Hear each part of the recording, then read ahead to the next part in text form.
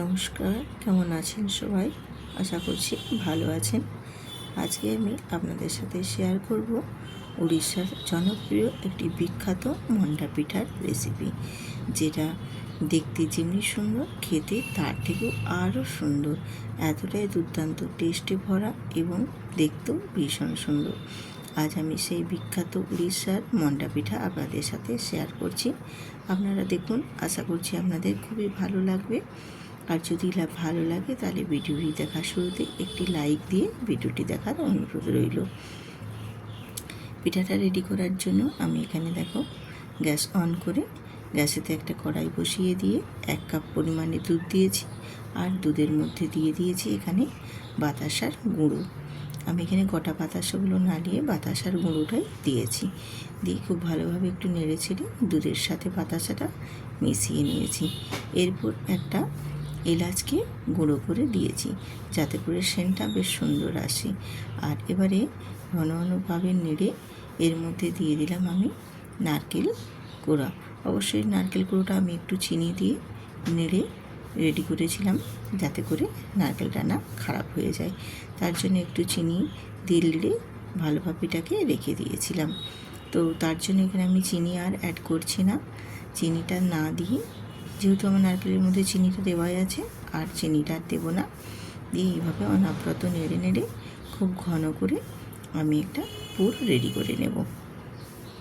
তো বেশ ভালোভাবে দেখো একটু নেড়ে নেড়ে খুব ঘন করে নিয়েছি। ঘন করে নিয়ে পুরটা রেডি করে নিচ্ছি। ঠিক এই পর্যায়ে আমি পুরটা রেখে দেব। আর বেশি এটা ঘন করব না, কারণ ঠান্ডা হলে এটা অনেকটাই আরও ঘন হয়ে যাবে। তো পুরটা আমি এবারে রেডি হয়ে গেছে। এটা এবার আমি এক সাইডে নামিয়ে ঠান্ডা করতে দিয়ে দেব।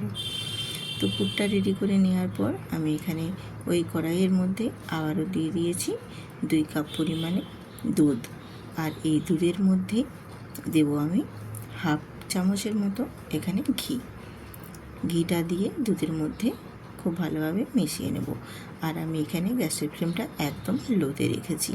দিয়ে এবার দুধটা হালকাভাবে যত গরম হয়ে ঘিয়ের সাথে মিশে যাবে, তত কিন্তু এই মন্ডা পিঠার সুন্দর একটা স্মেল বেরিয়ে আসবে।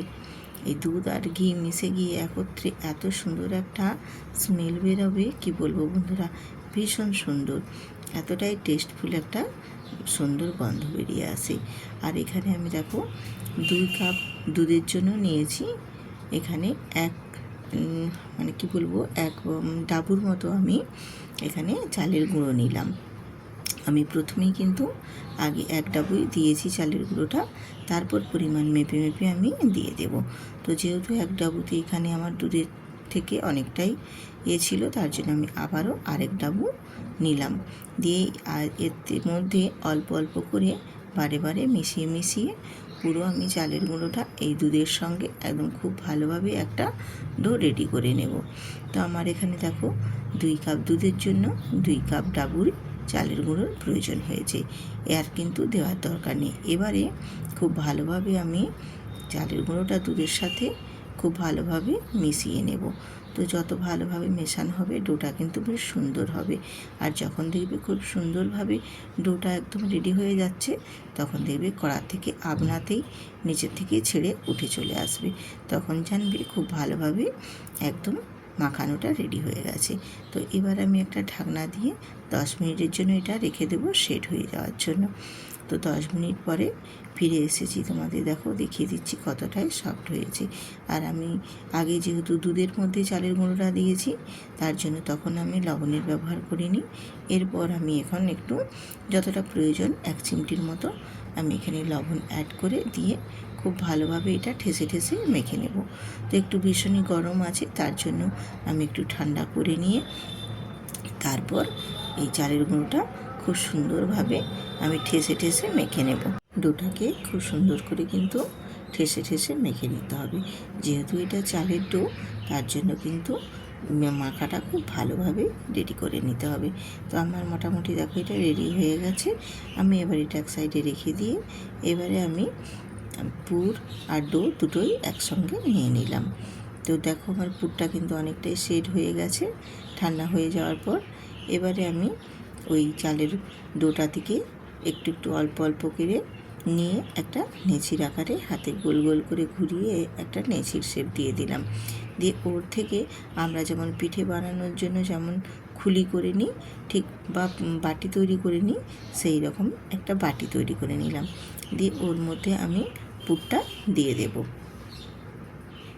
ঠিক পুরটা দিয়ে এবারে মুখটা খুব সুন্দর করে বুঝিয়ে নিতে হবে, ভালোভাবে মুখটা বুঝিয়ে নিতে হবে। তো আমার এখানে পুরের ভাবটা একটু বেশি দেওয়া হয়ে গেছে, তার জন্য মুখটা বন্ধ করা যাচ্ছে না।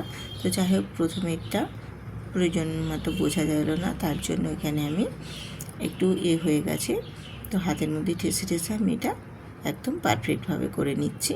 তো এর পরেরটা খেয়াল রাখতে হবে যাতে করে পুরটা না বেশি পড়ে যায়, সেই জন্য সেই রকমভাবে পুরের পরিমাণটা দিয়ে আবারও আমি আরেকটা তোমাদের দেখানোর সুবিধার্থের জন্য দেরি করে তোমাদের দেখিয়ে দিচ্ছি। দেখো, এইভাবে বানিয়ে নেবে। আমি রূপা, ব্লগস উইথ রূপা চ্যানেলে আপনাদের সবাইকে স্বাগত জানালাম আজকের রেসিপি দেখার জন্য। আর আজকের রেসিপিটা কীরকম হয়েছে একটা সুন্দর করে কমেন্ট করে জানাতে কিন্তু একদম ভুলো না। আর যদি মনে হয় তোমাদের এর রেসিপিটা বন্ধুদের সাথে শেয়ার করার মতো, তাহলে বন্ধুদের সাথে 800-6 সঙ্গে একটা শেয়ার করে আমার পাশে থেকো। আর যেই সব নতুন নতুন বন্ধুরা আমার চ্যানেলটি দেখছো বা এখনও সাবস্ক্রাইব করোনি, তারা ঝটপট সাবস্ক্রাইব করে বেল আইকনটি প্রেস করে দাও, তাহলে নিত্য নতুন রেসিপি দেওয়া মাত্রই সবার আগে পৌঁছে যাবে আপনাদের কাছে। আর আমার পুরনো বন্ধুদের তো অনেক অনেক ধন্যবাদ, যারা আমার সবসময় প্রত্যেকটা ভিডিওতে আমার পাশে থাকে। তো এইভাবে দেখো, আমি প্রত্যেকটাই রেডি করে নেব, তোমাদের রেডি করে দেখিয়ে দিচ্ছি। তো দেখো, আমার সবগুলোই একদম খুব সুন্দরভাবে রেডি হয়ে গেছে। এবারে আমি এইগুলোকে সেদ্ধ করে নেব। তার জন্য একবারে চলে যাব এবার আমি গ্যাসেতে। তো এইগুলো বানাতে বানাতেই আমি গ্যাসে কিন্তু জলটা বসিয়ে দিয়েছিলাম ফুটে যাওয়ার জন্য। তো জলটা মোটামুটি দেখো খুব ভালোভাবেই গরম হয়ে ফুটে আসছে জলটা। এরপর আমি এখানে একটা দিয়ে দিলাম, কি বলবো, কানা একটা পাত্র দিয়ে দিয়েছি, মানে যে ছিদ্র ছিদ্র করে কানা, যাতে এটা সিদ্ধ করে নেওয়া যায় খুব তাড়াতাড়ি। তো আমি এবারে ওই কানা পাত্রটার মধ্যে এক এক করে সব পিঠেগুলোকে খুব সুন্দর করে সাজিয়ে রেডি করে নেব। তো প্রত্যেকটাই দেখো আমি খুব সুন্দর করে এইভাবে গুছিয়ে সাজিয়ে দিয়ে দিলাম। এবারে আমি ওপর থেকে একটা ঢাকনা দিয়ে 15 মিনিটের জন্য এটা সেদ্ধ করে নেব। তো 15 মিনিট পরে ফিরে আসছি তোমাদের সাথে। দেখো, 15 মিনিট পরে আমি ফিরে এসেছি। পিঠেগুলো কিন্তু খুব সুন্দর করে সেদ্ধ হয়ে গেছে, আর খুব সুন্দরভাবে একদম নরম সফট, মানে হাত দিলেই যেন একদম তুলতুল করছে। তাই জন্যই বন্ধুরা এটার নাম হয়েছে উড়িষ্যার বিখ্যাত তুলতুলে নরম পিঠে, মন্ডা পিঠে। এত সুন্দর লাগছে দেখতে, ভারী সুন্দর। এবার আমি এটা ঠান্ডা করে নিয়ে তোমাদের সাথে শেয়ার করছি। দেখো বন্ধুরা, কতটাই সুন্দর হয়েছে। আর আমি এটা ঠান্ডা করার জন্য কিন্তু একটু ঢেকে দিয়েছিলাম। তোমরা বন্ধু এটা ঢেকে দিও না, হালকা করেই এটা ঠান্ডা করে নেবে, কারণ আমি ঢেকে দেওয়ার ফলে পিঠেগুলো না ফেটে গেছিলো। তোমরা কিন্তু একদম ঢাকা দিও না, ওপরে হালকা বাতাস লাগবে, খুব সুন্দরভাবে ঠান্ডা হয়ে যাবে। আর আমি একটা সুন্দর করে কেটে তোমাদের দেখিয়ে দিচ্ছি কতটা সফট এবং নরম হয়েছে। আর ভেতরটা দেখো একদম পুরে ঠাসা, দেখতেও যেমনি ভারী সুন্দর হয়েছে, খেতেও কিন্তু তেমনিই দুর্দান্ত হয়েছিল। এছাড়াও তোমাদের আমি হাতে কেটে দেখিয়ে দিচ্ছি কতটা সুন্দর আর এবং কত সফট এবং নরম হয়েছে। ভেতর পর্যন্তও যেন পুরে ভর্তি, আর ওপরটা কতটা নরম সফট, ভীষণ ভারী সুন্দর হয়েছিল। আমাদের বাড়ির সবাই কিন্তু ভীষণ পছন্দ করেছিল। তোমরাও আশা করছি ভালো লাগবে। এইভাবে আবার আসবো।